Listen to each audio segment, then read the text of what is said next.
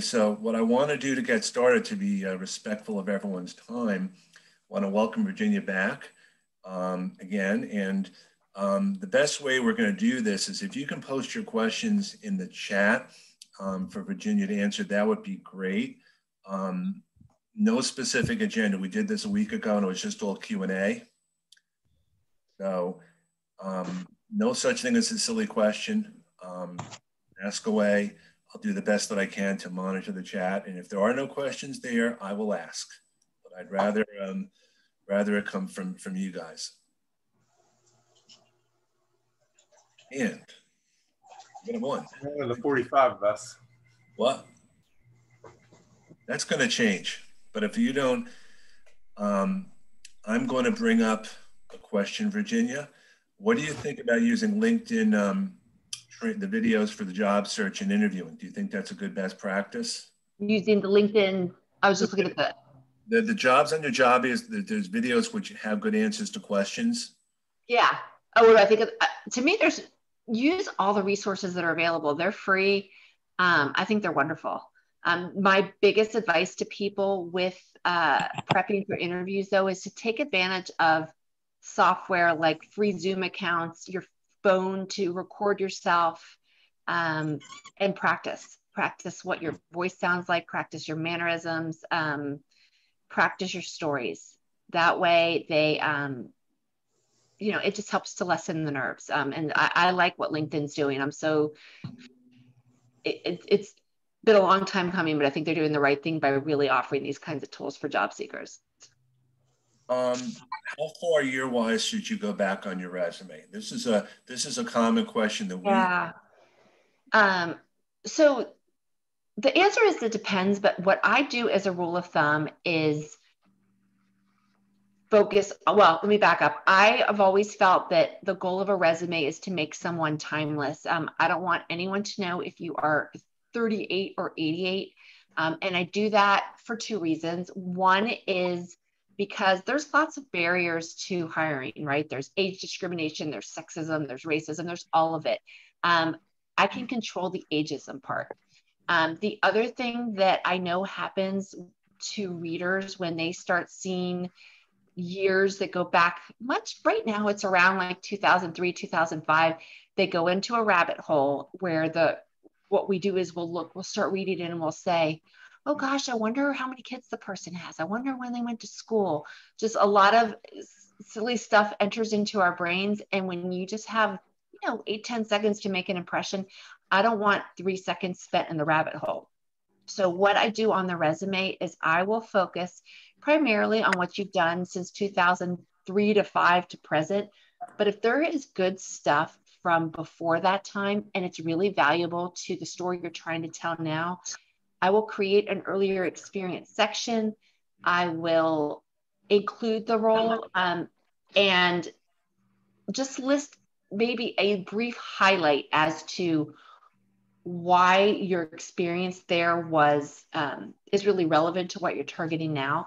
And then I remove the dates from it. So that allows the reader to see earlier stuff that's valuable. The other thing I will do is that usually if if there is something that I have referenced in that earlier experience section, I'm going to make mention of it at the branding at the very top of the resume. I could think of a couple of instances where there's a lot of value in adding earlier experience. One, let's say that you want to position yourself as sort of industry neutral, and you've spent your whole life or the last 10 years and 15 years in one industry, and you want to show that you have worked in another industry, but that other experience happened, in 2000. By showing the company that you worked in and maybe making reference to that industry, you're showing industry diversity. Let's say you are a technology executive and you want to show that, maybe you're not developing and coding now, but you have chops in that. So the fact that you were a software engineer back in the 90s is relevant. So I might list that.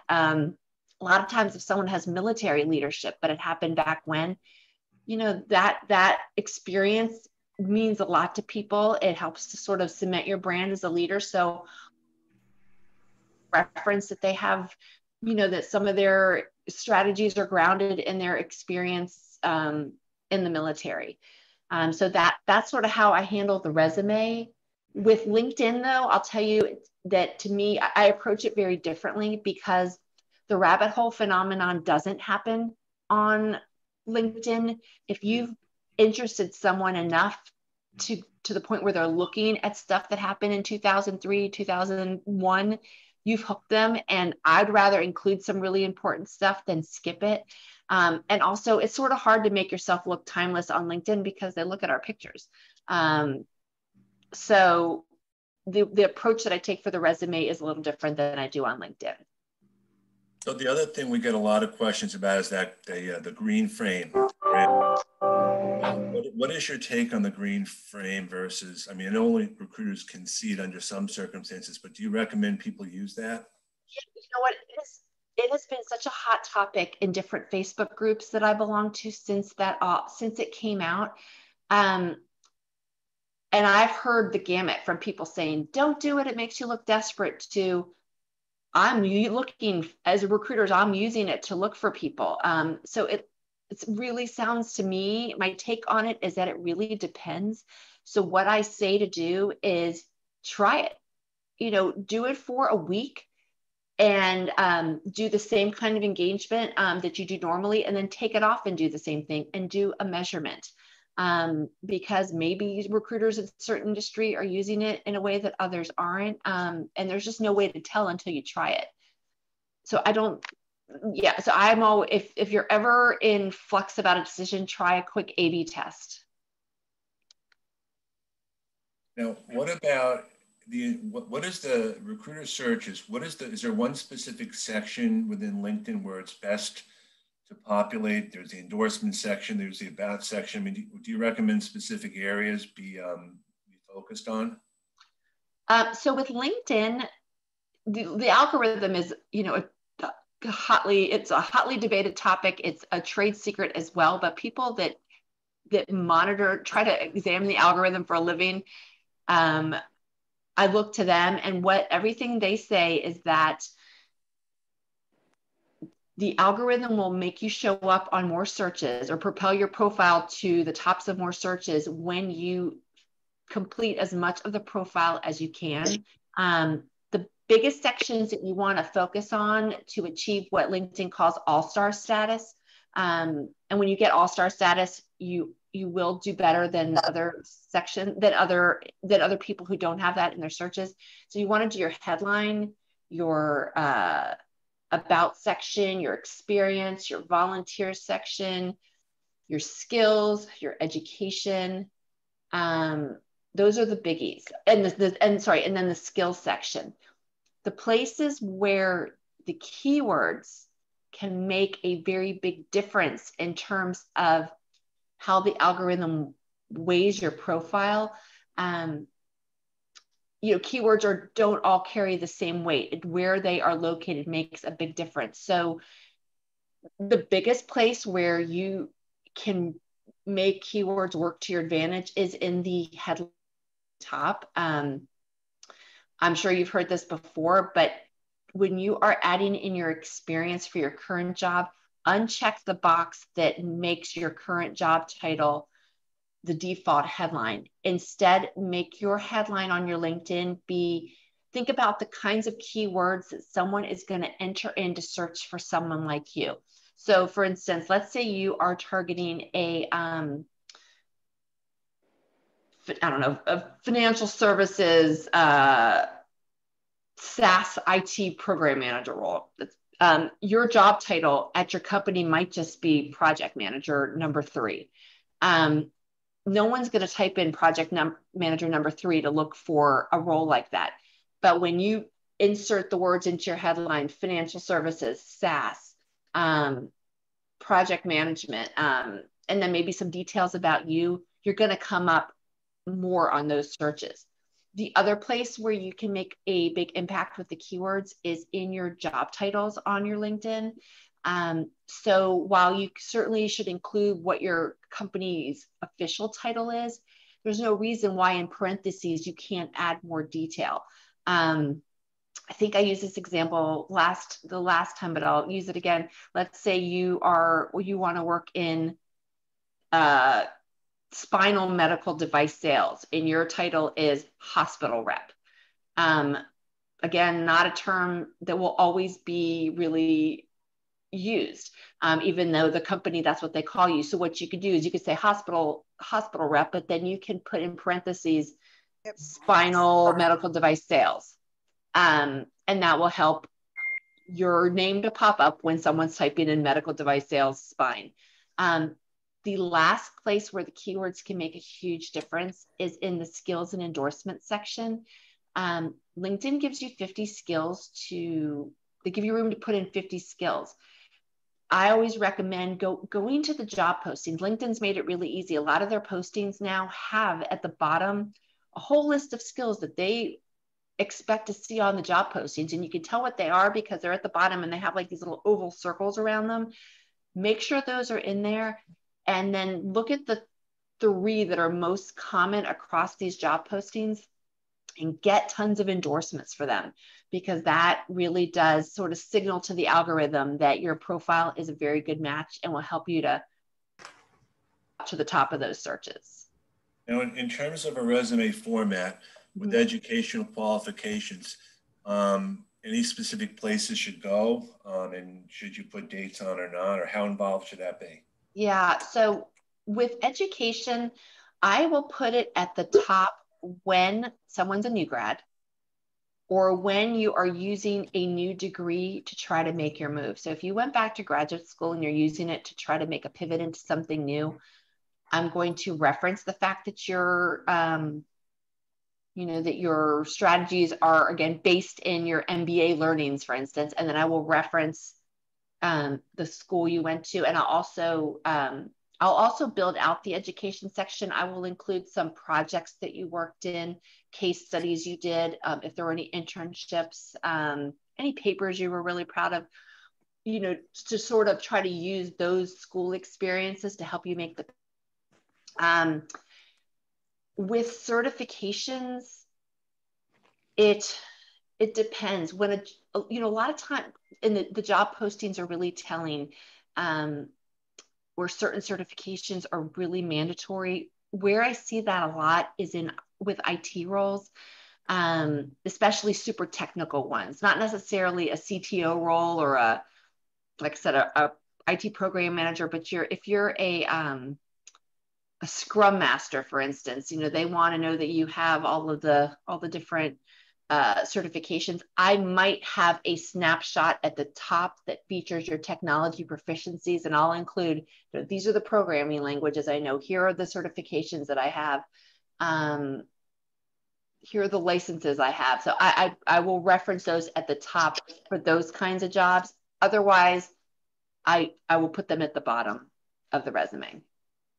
Are there any good ways to make your resume appeal to multiple industries when you have a history in 1 or 2, or would you recommend separate resumes based on jobs? I mean, a lot of us are jack of all trades in some cases. We have transferable skills.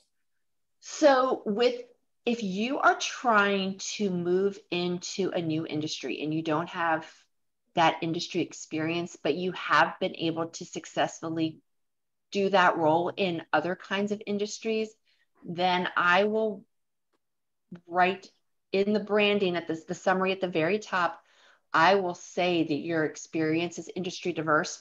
I might list a bunch of the industries that you have worked in to sort of show that. But conversely, if you have maybe worked in a couple of industries and one of the industries you've worked in is one that you're targeting, then make sure your headline reads that in that. So I don't know, let's say you've been in financial services and healthcare, and you're targeting a role at for a credit card company. Make your title say financial services, blah blah blah.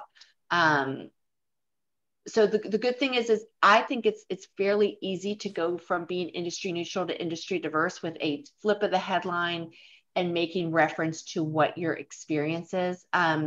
The only other changes I would make to a resume when I'm trying to show industry agnosticism versus industry expert, I might use certain industry lingo if I know it. Where if I'm being industry neutral, I'm going to speak in industry neutral language.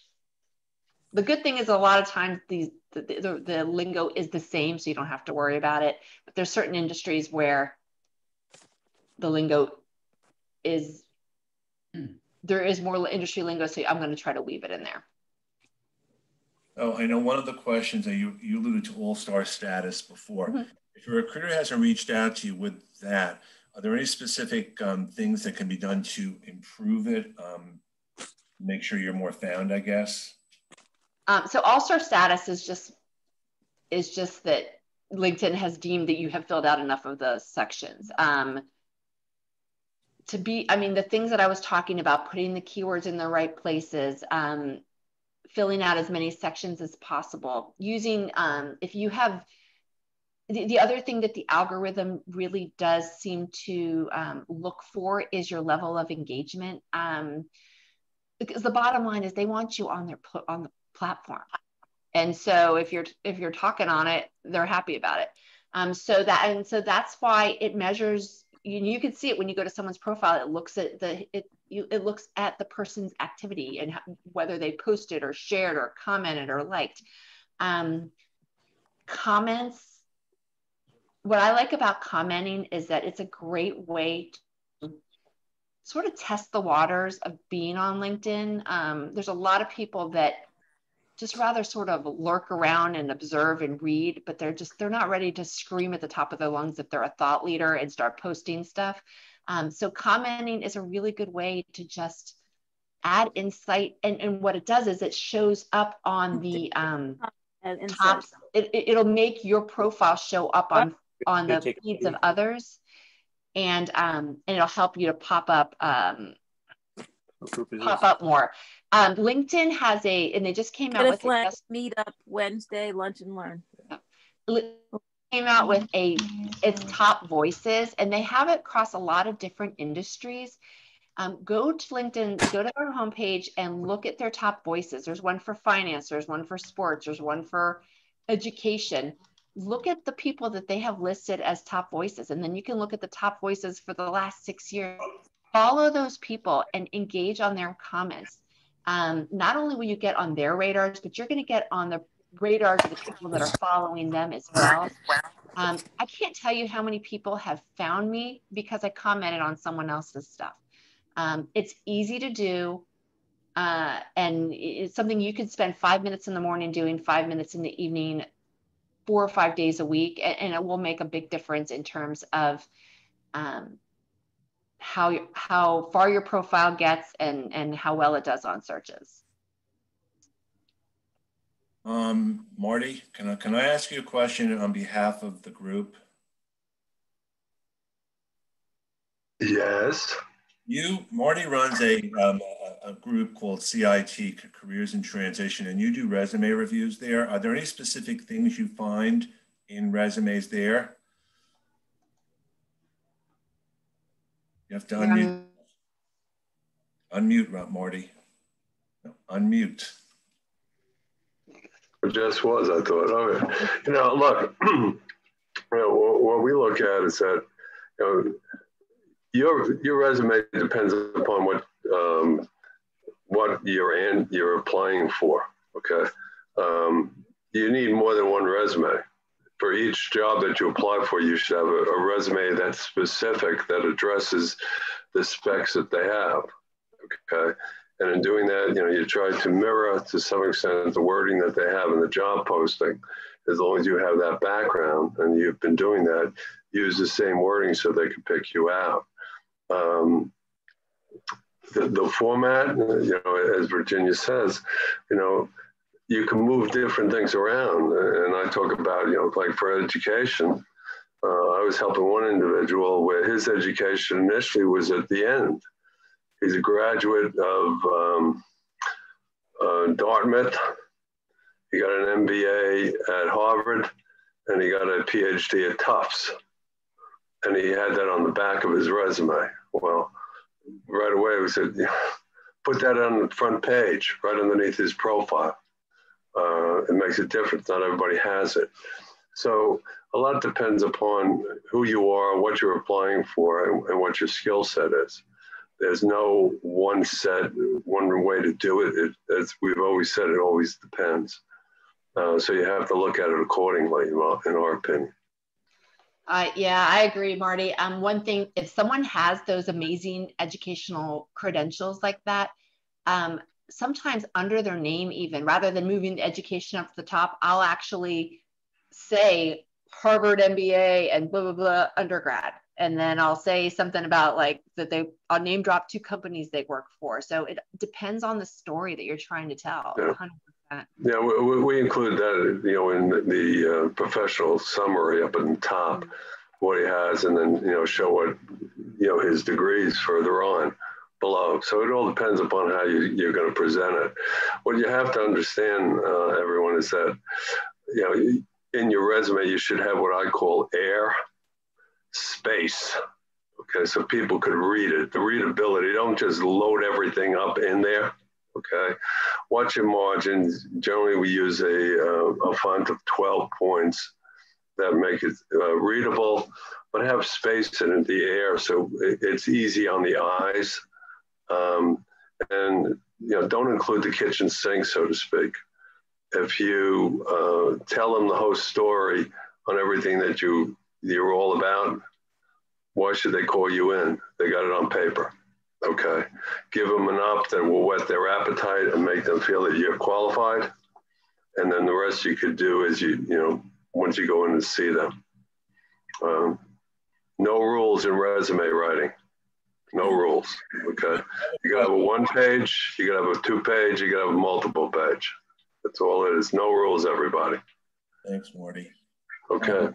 Is there an idea how many bullets you should put behind a job? And should it be years, month, years, or any format in terms of dates as well? Well, what we try to do is that, you have the name of the company on one line list. So you'll have the name of the company, the location where you are, your title, and the dates from here to there. We try not to put in months. It's always better to put in years. And this way, you have everything on one line, and then underneath the company, have one line as to what the company's all about, unless it's a real well-known company. But, look, the fabric of this economy, 80% of it, if you look at it, is small, medium-sized companies who a lot of people don't know what they do.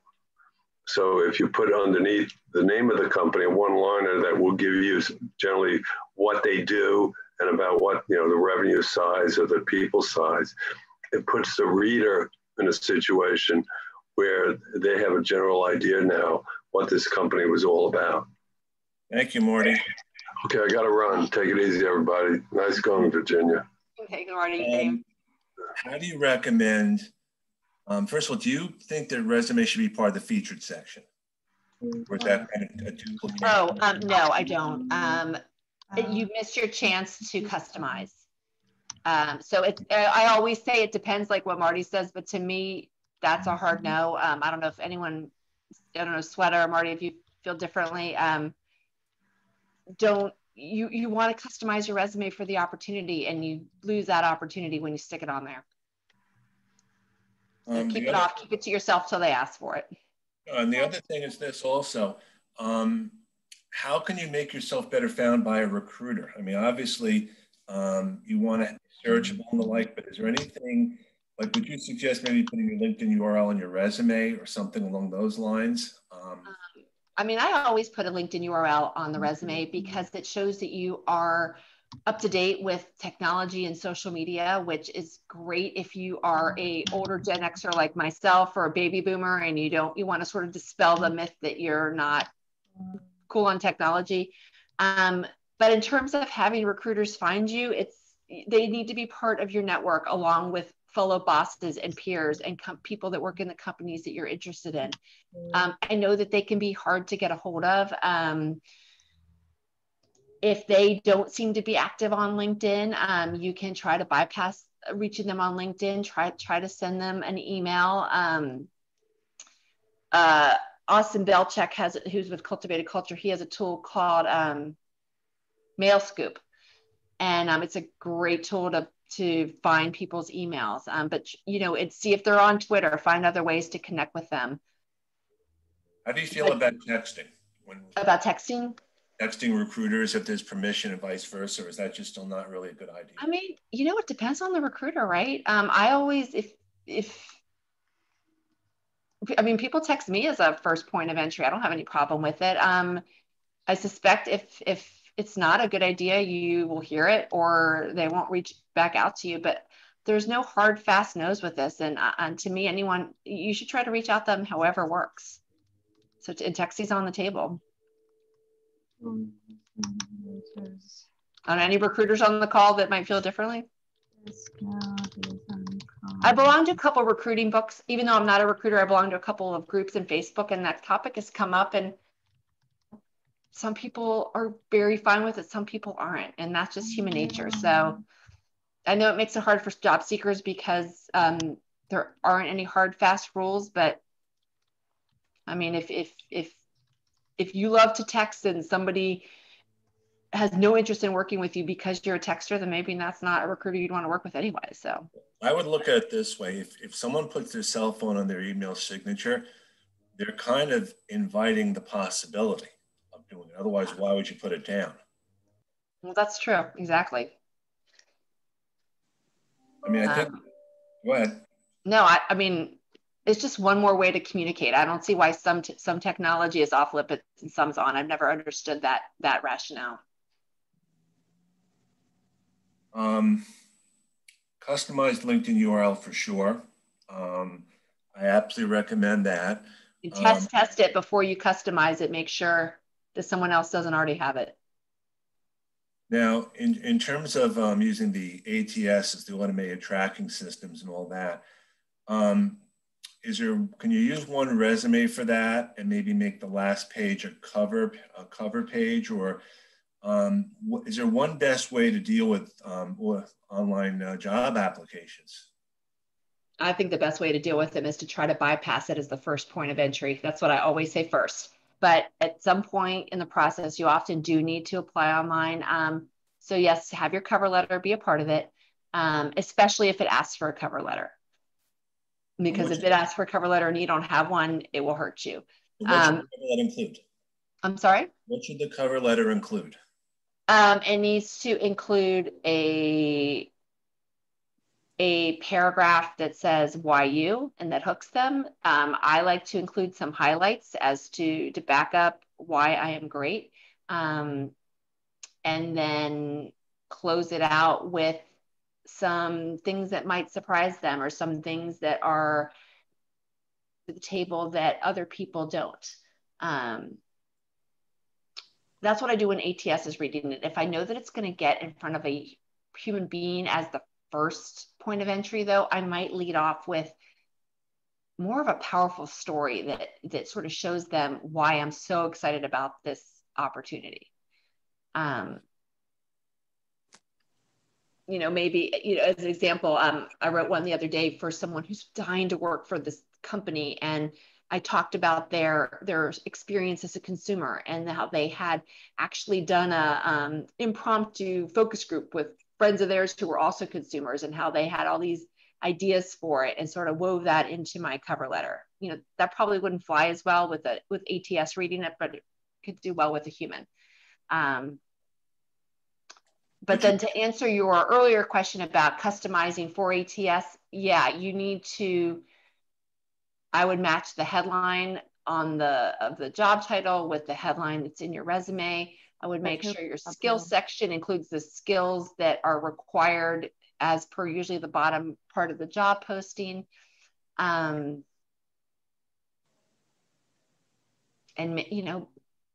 pick and choose the experiences, and the bullets you choose need to align with the stuff that they're asking for.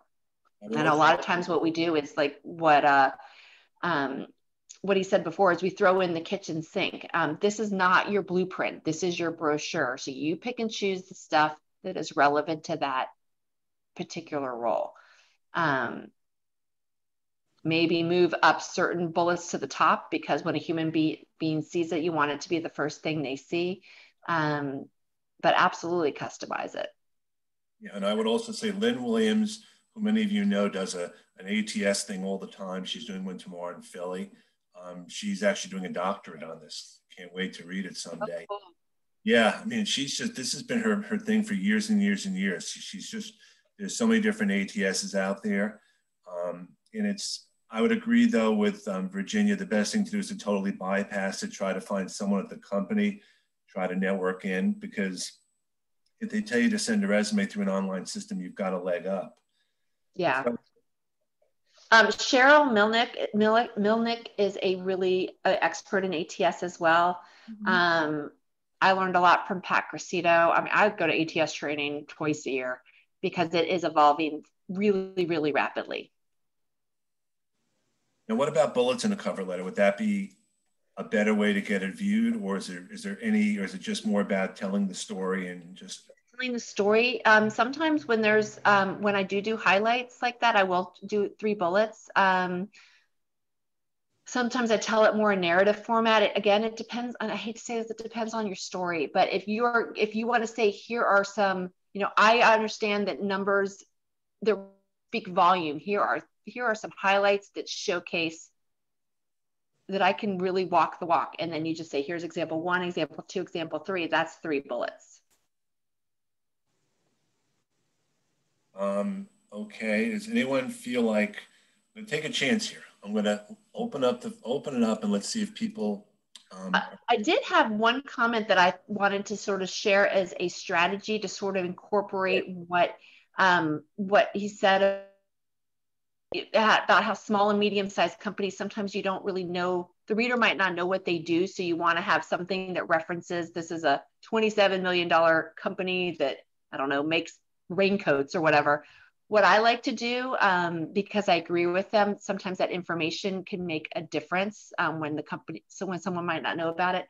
I like for my very first bullet to be something that's really impactful, that shows, this is the amazing thing I did for the company. But what I'll do is sometimes at the end, I'll tag on, I did this amazing thing for this $27 million company that makes raincoats.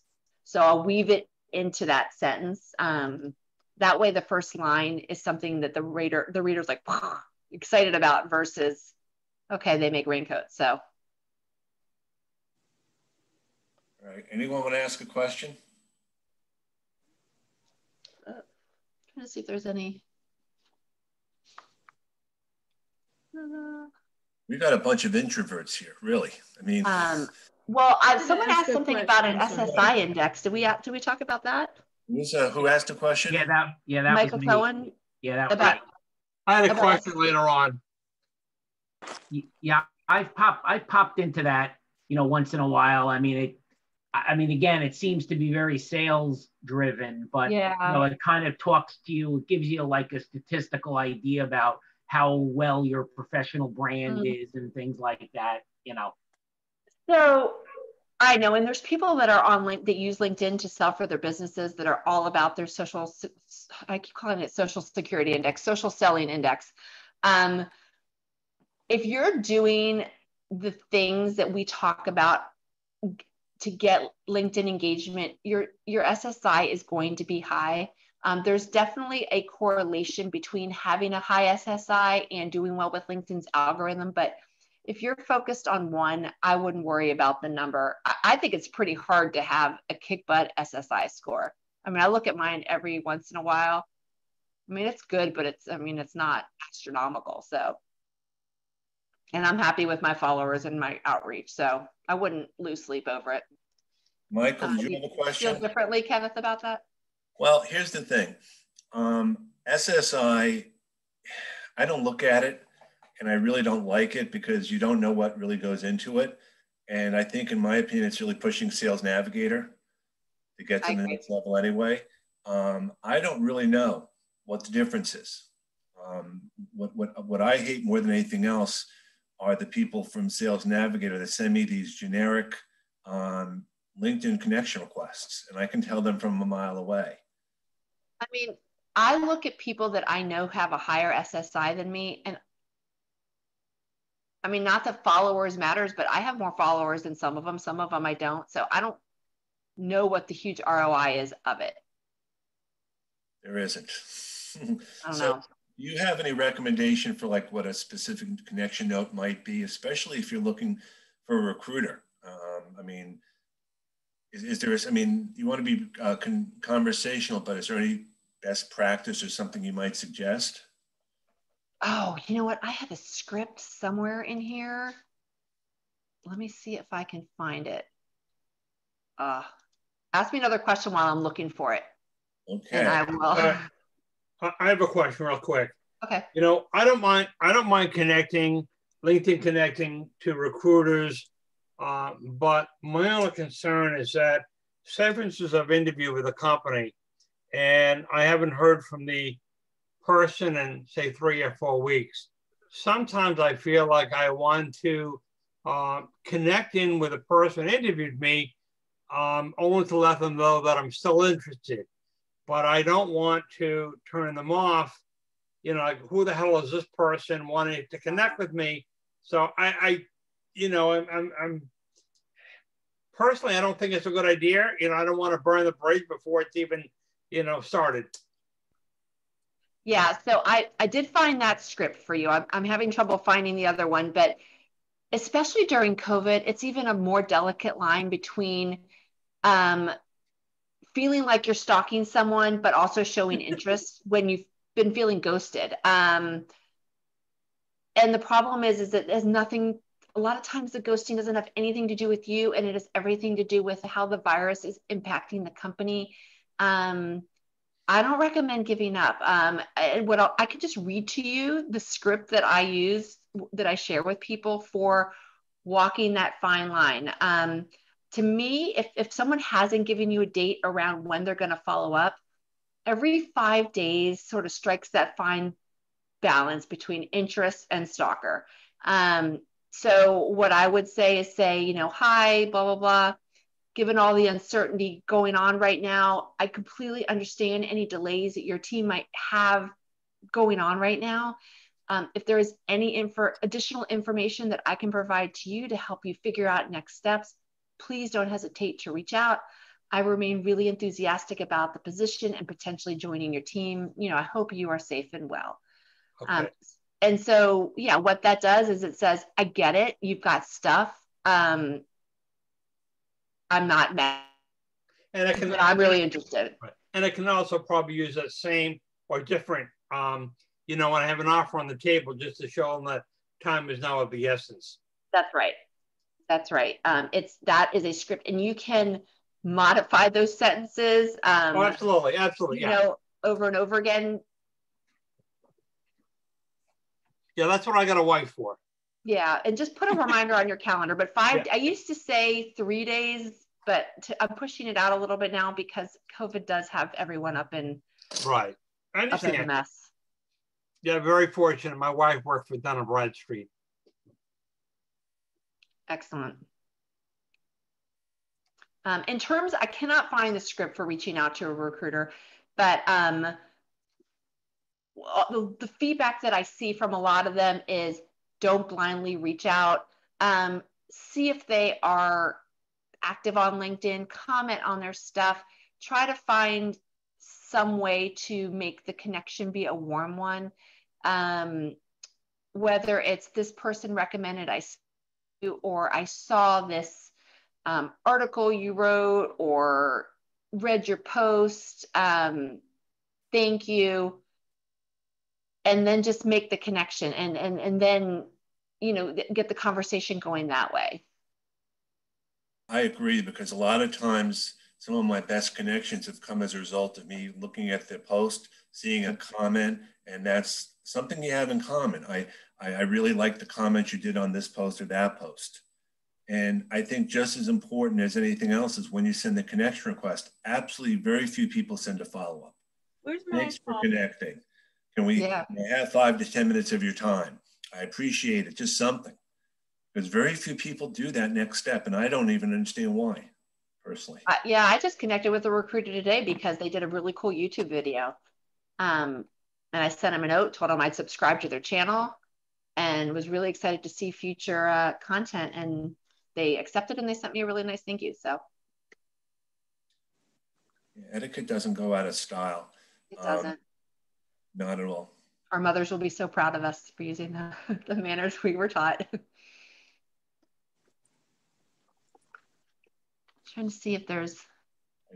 I mean, I had a question. I'm sorry. I posted it in and someone even referenced it again regarding premium membership to LinkedIn. Do you recommend it or don't? I've heard two different schools of thought. One is, don't bother, you can do everything. And the other is that you should.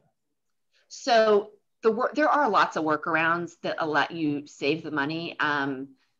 It just sometimes are a little bit more cumbersome. The big thing the two things that I think are valuable about the paid membership are the ability to use emails. But if you send an email to someone who's never on there, then you're wasting your money. And then the analytics that you can get from who's checked out your profile, you can do more searches on it, all of that. But 100% a fan of is get the 30-day free trial. And test it out, and and then you've got 30 days worth of good dirt. LinkedIn is to me, it's the world's greatest CRM. So even 30 days of free is worth it. And then you can see if you want to use it longer or not. But it's not cheap. I was lucky. I grandfathered into an ancient version. So if you lock into keep it. Unfortunately now you used to be able to cover it on your, use it on your taxes if you were doing job search, but now you can't. So. And do you know if you cancel out after that free month, do they come back to you like other companies and say, hey, just tried another 30 days? Well, they won't charge you, but you're certainly going to get emails saying, please come back. Here's this fabulous deal. But okay. What so I you don't might be know, if you have really used LinkedIn, the basic system, and now why wouldn't you try the freebie to see if it really does produce something that's different? If you don't have much LinkedIn experience, trying the full cost version, you may not be able to really see the improvement it gives you. No, that's a good point. You probably will be able to tell right away if you've been paying, and then you switch to the free. I like it for the analytics. Yeah. But what does it cost now? Like $80 a month or something like that? All different levels of it. Yeah. We recommend reaching out to a hiring manager if you find one in a job posting after applying. If you don't have a connection at the company, it's if the job poster name is there. Is that a good idea? Usually the recruiter's name is there. I haven't seen a ton of postings where the hiring manager is listed. Have you? Depends on the size of the company. I guess that makes sense. If they have put their name on there, absolutely. Again, there isn't a huge downside, but look to see if they are using LinkedIn. Go to their activity level and see if you see anything. If they have done nothing in the last 6 months, then reaching out to them on LinkedIn might be a waste of your time. But that's where you can use a tool like MailScoop and try to get their email. I think it's a great idea to try to figure out who else is going to be in the room during those decision makings, and see if you can work your way in through a common connection or through that warm outreach. But to me, the smarter way to go about it is sort of reverse engineer it. Instead of looking at a posting and then trying to figure out who try to companies and then people before the postings come out. I have so many examples where people had a really strong resume, a really strong LinkedIn profile. They had a sense for 10, 15 companies they were interested in, and they started having conversations with people, 3 people. And sometimes those people would give them names of other companies to consider. Sometimes they gave them other names of people to speak with. But those continued conversations very often led to people calling and saying, hey, the posting's coming out now, go apply. That process is a win-win for both of you, and it fast tracks your job search and the hiring process. because that person wants you or has a way to get in touch with the person who is doing the hiring, and they're going to pull your name to the, pull it up to the top. It doesn't feel as effective, but it really, really does make a huge difference. So many times by the time the postings come out, you have lost your window because all of that stuff is going on as a sideshow at the same time. And going to events like this, these networking events, these meetings, John has a meeting, Marty has a meeting, we all have meetings here.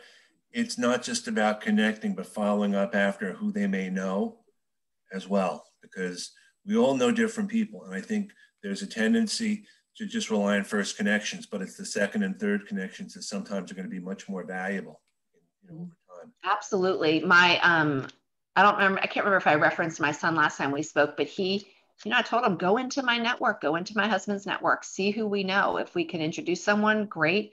But when you have big fat networks and you know people who have big fat networks, you never know who can make that connection.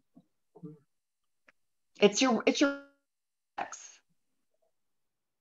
And the worst thing that happens is that someone will say no, or they're not interested. I think right.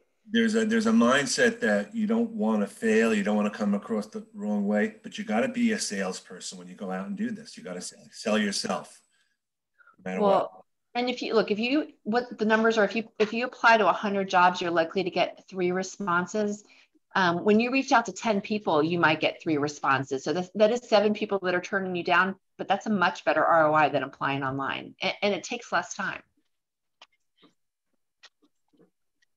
It's also a little more work, but it's worth it. I think most people think it's easier just to send the resume. It's more work, but it's much more beneficial. And especially now, there's so many ways to meet people and connect with people. And a lot of people are so willing to help, and it's not just about, that's what I think is so great about seeing everyone in these meetings and things. It's you don't have to come here, but you do.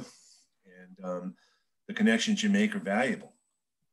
Yeah, no, I agree. And I mean, I would love to know if groups like this have ever been pulled. When I talk to clients, most of them never did get their jobs by applying online or responding to classified.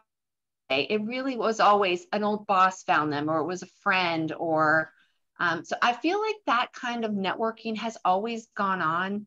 Technology is the platform by which the conversations now often get started, where before it was a Rolodex or a phone call. But the rest, I don't think it's changed that much. Well, John Sampson has something called the landed list. It's a list of people who have landed at jobs and where they are, and they're happy to reach out to other people. It's like a 30-page list.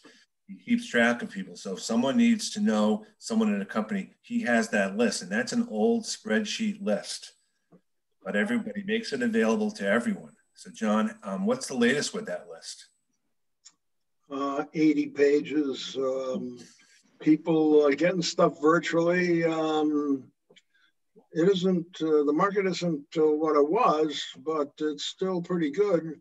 And particularly, I hope you're all willing to do contract work, because there's a lot of that out there. And good companies to go through who do know their clients. What kind of industries are you seeing hiring going on in? Most recently, a person got a gig job at Uber. Uber, huh? Uber, and she's not driving. Okay. Okay. Person got a job, a senior job, all virtually at Wells Fargo. A lot of technology there. Somebody said their wife works at D&B.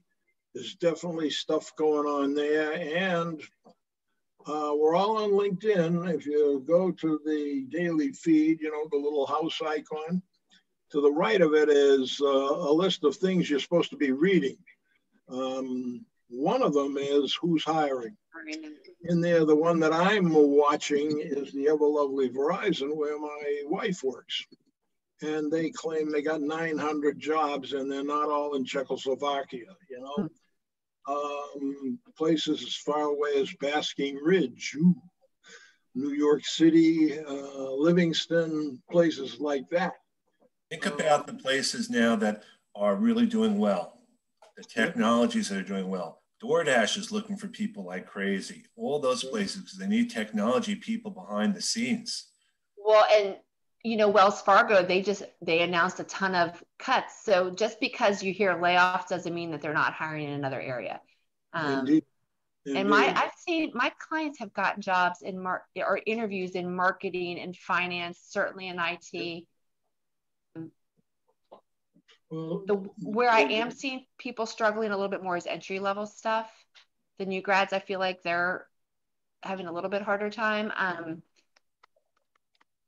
But a lot of that, I think, is also the way they're going about job search. So, yes. I mean, I just had lunch with a career coach who had a few things to say about some of his clients. It really,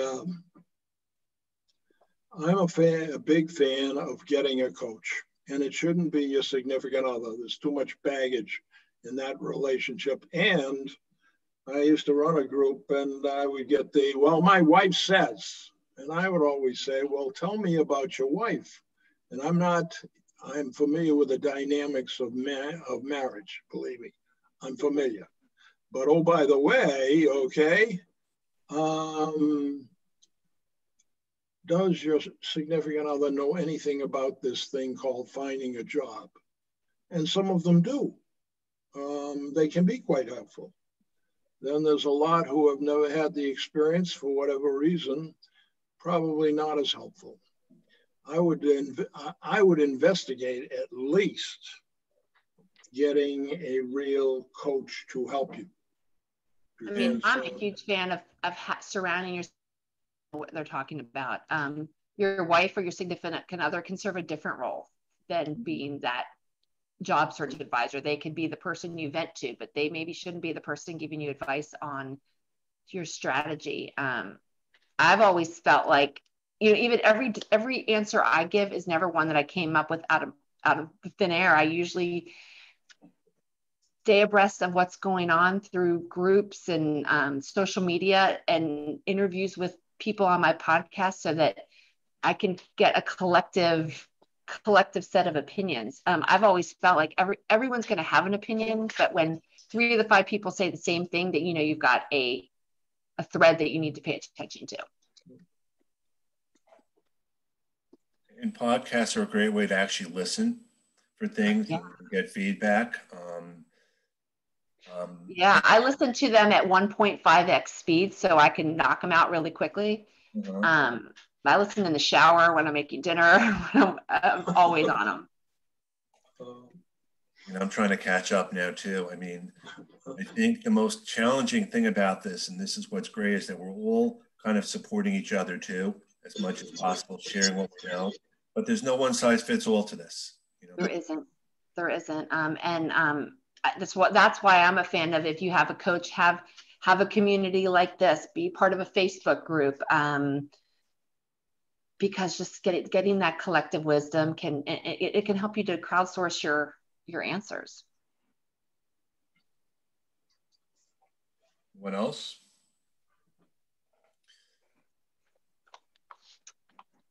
I've seen a couple questions about 1099ing. Did that get answered? No, go ahead. I don't know what the question is. If you get paid on a question is, if you get paid on a 1099 at all, then can you deduct it as a business expense? It wasn't a question, it was a comment when she said that you can't deduct it as a job search expense. But if you're a 1099 employee, you still can. Don't you have to make more than $600 or something for it to count on your taxes? There's some limit with the 1099. If an employee has to submit a 1099 if it's more than 600. Okay. Technically, you're supposed to claim it no matter what, but if you get 600, less than 600, your expenses are probably more than that, and you would want to volunteer the information. Okay, all right. And I would also suggest anyone here, you know, we have so many great groups that you can be a mentor at, and you can use that for volunteering, but also for networking. You I'm involved with a couple of them, and I don't just do it to mentor, but I do it to network with other people. And you just don't know where you're going to find someone. You don't know how they can help you. But the more you do, it's also a break sometimes from the drudgery of job search, just to do other stuff. That 1099 reference made me think about what John was saying, that there's a lot of gig work and contract work out there. I have had people ask me, do you think that I should take that role when I really, really want a full-time role? And I'm an advocate of taking whatever job you can to pay the bills. If you have got to bring money in, that doesn't mean you shouldn't continue your job search. But the one thing I have absolutely seen, and John, if anyone here feels differently, please weigh in. I feel like job search is taking longer since COVID than it was before. The people are adding more hoops to jump into, through more people to talk to. And so it might take longer than you think. And maybe landing a contract role will be quicker. So, you might get to work at a contract role for 3 or 4 months while you're also job searching. So I wouldn't down. My guess is, this is wild ass, okay, 15% of those things are getting converted. And there's another there's a whole bunch of reasons to get out, to take employment, like as simple as get out of the house. But, okay, not so much get out of the house anymore, but it gives you a chance to see them. Okay, remember, this is supposed to be a two-way street. Now they've opened up the kimono some. What do they really look like? That's right. And you can, sometimes you're learning new technologies, you're getting a chance to upskill. It helps you to close a gap on a resume. One thing people ask me is if they ended up taking a series of projects or temporary work, how do you do that? And what I will do in those cases is I will maybe list the common role and say that you did this on a project basis. And then as my job highlights, I will list what I did at each project, what I was hired to do, and list it as sort of one job entry. So just from a formatting perspective, that's how I like to handle it. But it makes sense that companies are hiring that way, because it's, companies are being cautious right now, and it's easier to let someone go if they hire them as a contractor. So I'm not surprised to see that. And while you're doing the gig work, if you're bound, set, and determined to get a full-time job, a permanent job, whatever that is, okay, you can still do that. Mm-hmm. Do not let the fact that you said you'd take this gig for 6 months get in the way of taking something that really is better, okay? They'll do it to you. These are the same folks who threw you out in the street and didn't have bat an eyelash doing it. No, yeah, you need to look out for yourself. That doesn't mean you don't give 2 weeks notice if you can, great, but you're not beholden. You're not going to win any gold stars for loyalty for keeping your contract job if the right permanent job comes up. Yeah, the other thing about it is, if it came to the place with they had a budget cut, and by the way, you're doing gig work, guess who goes first, and how graceful will it be? Yeah. I'm going to end the meeting now, just to be respectful of everyone's time. Thank you all very much for being a part of it. Virginia, thank you again very much. Thank you. Take care, guys. Good luck with your job hunting. Thank you. Thank you. Bye. Thank you. Thanks all.